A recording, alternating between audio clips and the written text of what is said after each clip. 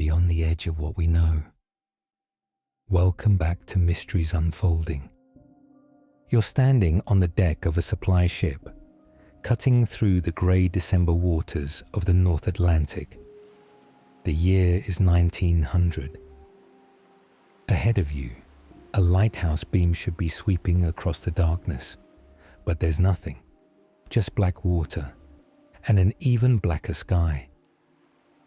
The lighthouse on Eilean Mòr has been dark for days. You're about to step onto an island where 3 men simply disappeared. Not killed, not kidnapped, not swept away by obvious means.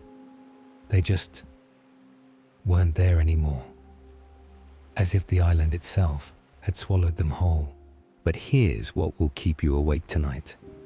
When the relief crew finally reached that lighthouse, they found something that defied all logic. Evidence of a storm so violent it had apparently driven grown men to madness. Except no such storm had ever existed. The Flannan Isles sit like scattered stones in the North Atlantic, 20 miles west of Scotland's Outer Hebrides. 7 jagged rocks jutting from waters so treacherous that local fishermen called them the Seven Hunters. For centuries, ships had been torn apart on these merciless shores. That's why, in 1899, the Northern Lighthouse Board built a lighthouse on the largest island, Eilean Mòr.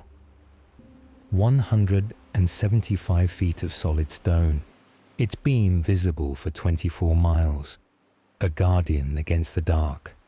But lighthouses need keepers. And in December 1900, 3 men called Eilean Mòr home. James Duker was the head keeper, 43 years old, married with 4 children. A veteran of the lighthouse service with an impeccable record. Steady, reliable, not the type of man to abandon his post. Thomas Marshall, the second keeper, 28 years old, experienced, methodical. He'd worked alongside Duquesne for months without incident. And then there was Donald MacArthur, 29, the occasional keeper filling in for a colleague on sick leave, new to Eilean Mòr, but not new to the work.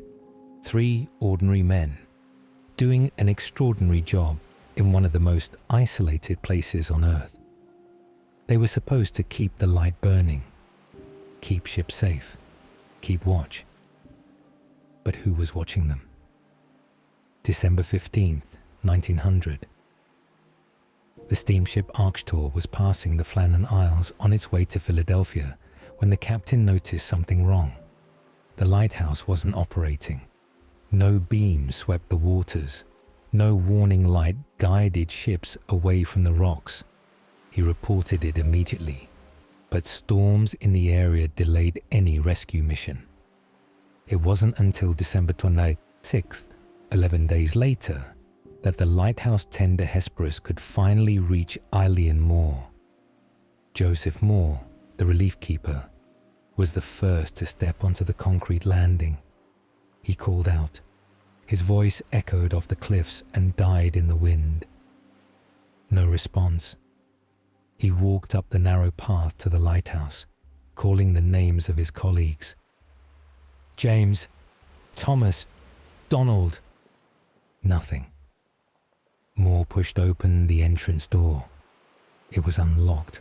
Inside, the lighthouse was tomb silent. The kitchen was set for a meal that had never been eaten. 3 chairs around the table. Cold food still on the plates. But one chair was overturned, lying on its side as if someone had risen from it suddenly, violently.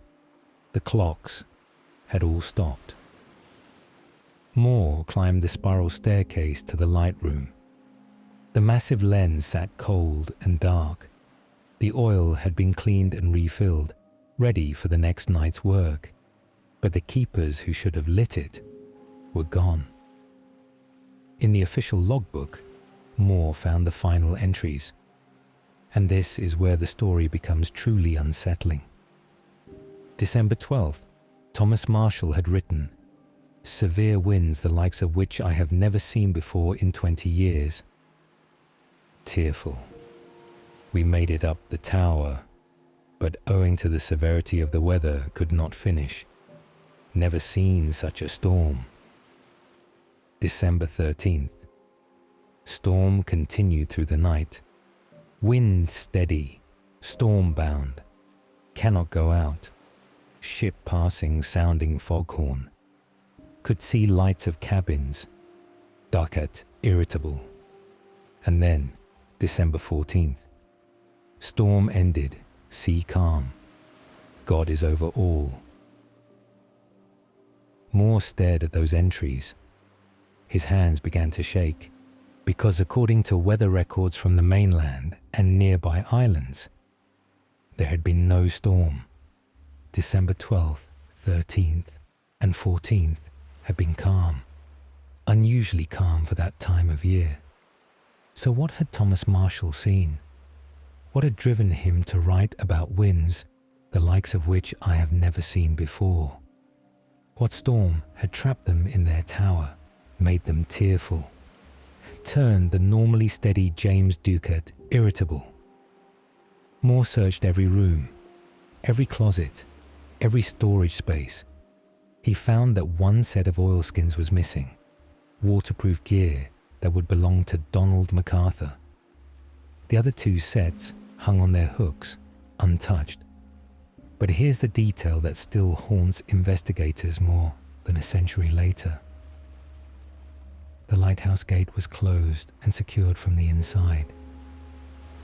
If the men had left the lighthouse, how had they locked the gate behind them? In the days that followed, searchers combed every inch of Eilean Mòr. They found no bodies, no signs of violence, no indication that the men had ever left the lighthouse grounds. It was as if they had simply ceased to exist. The official investigation concluded that the men had likely been swept away by a freak wave while checking storm damage. But this theory raises its own disturbing questions. If a wave large enough to sweep away 3 experienced men had struck the island, where was the evidence? The landing platform showed no significant damage. The lighthouse equipment was intact. And why would all 3 men have gone to the landing together, against all safety protocols?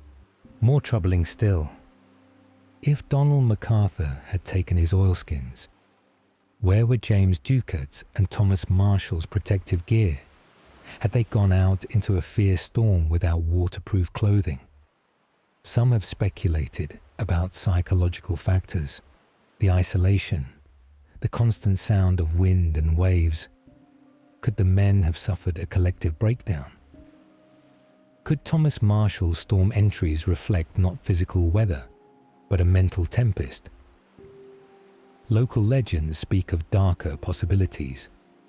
Ancient stories told of phantom ships and ghostly figures walking the cliffs. Could the keepers have encountered something that defied rational explanation? But perhaps the most unsettling theory is the simplest, that Thomas Marshall's logbook entries were accurate, that something did happen on those 3 December days, something that official weather records failed to capture, something that could drive experienced men to terror, make them abandon their post, and walk into the night never to return. The Flannan Isles Lighthouse was automated in 1971. No keepers were needed anymore. The concrete buildings still stand, empty and weathered, facing the endless Atlantic, but the questions remain. 3 men lived their final days in a 30-foot tower surrounded by black water. They kept detailed records, followed strict routines, and then, in the space of a few hours, they were gone. The lighthouse beam that should have protected passing ships went dark. The men who should have tended it vanished as completely as if they had never existed. Sometimes, late at night, when the wind is howling and the darkness seems absolute, you might find yourself wondering, what did Thomas Marshall see from that lighthouse window? What storm was fierce enough to terrorize 3 experienced men, yet leave no trace in any official record? And most disturbing of all, what if it wasn't a storm at all? The sea keeps its secrets. The Flannan Isles remember everything and reveal nothing.